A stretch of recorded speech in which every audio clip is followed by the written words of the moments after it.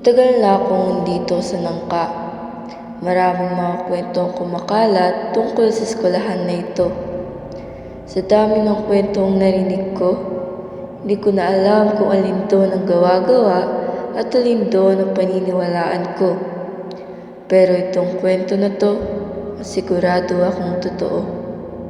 Tuwing hating gabi sa third floor lobby, doon sa dulo malapit sa hagdan, may makikita akong CR ng babae. Wala na pumupunta doon kasi kapag pumasok ka doon, sa dulong cubicle, may nagpakamatay. Pangalan niya, Kara.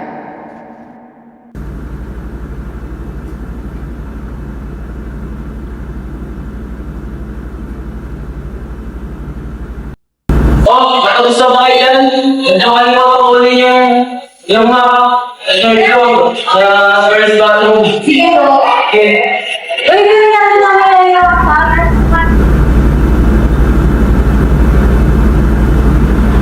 alam mo ba? Ay, huwag ka naman ako nahirapan sa gusto kahapon. Halika na. Huwagin na natin ang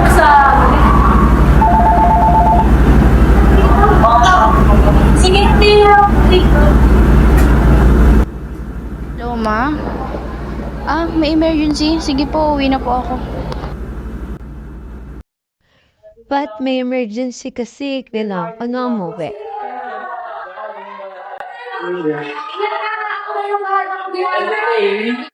Ako na naman pag-usap. Hindi ako magkakaganyan.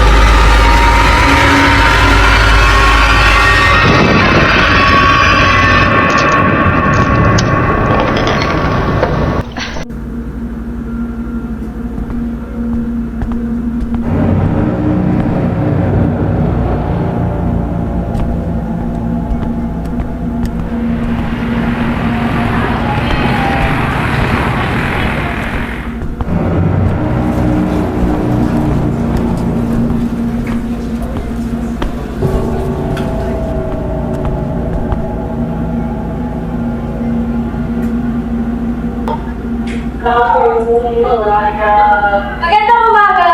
Magandang umaga, Ma Felicia! So ngayon, may papakilala ko sa inyo bago yung magiging kaklase. Pumasok. Pakilala ko ngayon sa inyo magiging bagong kaklase. Gandang umaga sa inyo lahat. Ako po pala si Clara Mendoza, na galing tagang Maynila, na bagong liban sa listahan.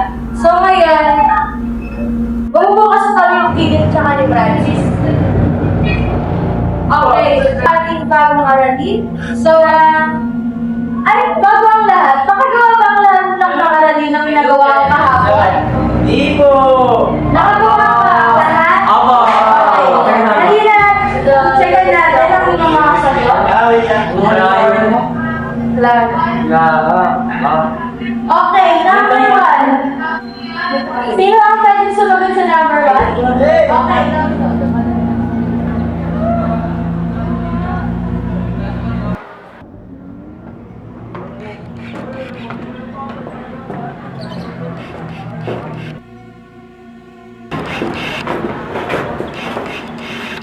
Ganda na pala dito, no?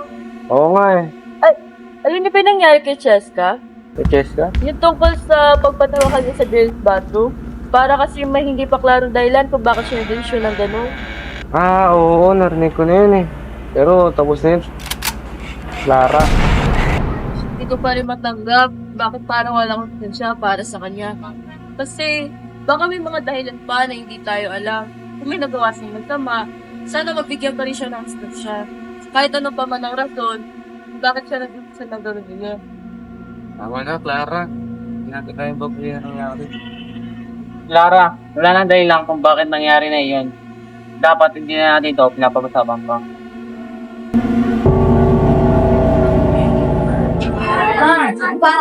Kulit ko nila ang buhay. Aba, ay di ba kung pansinin? Natari mo naman nila kung nila sa buhay mo.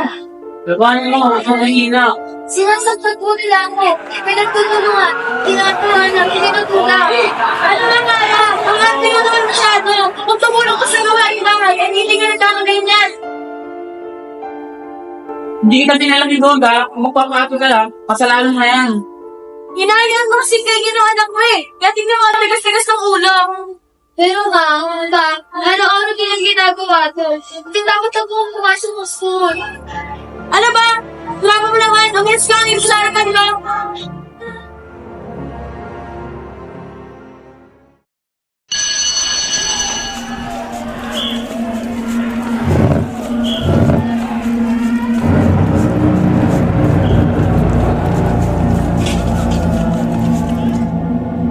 Hala, sila Francis and Philip to ah.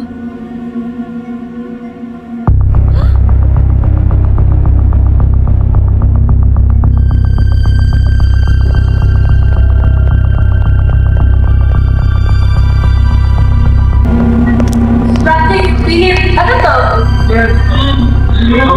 Nagmamahal ang dalawa, di ka naman sa video na kayo to? Kung palang dahil na pag tumatay na, gusto mo ka sa screen, walang yaya. Bumalik ka dito.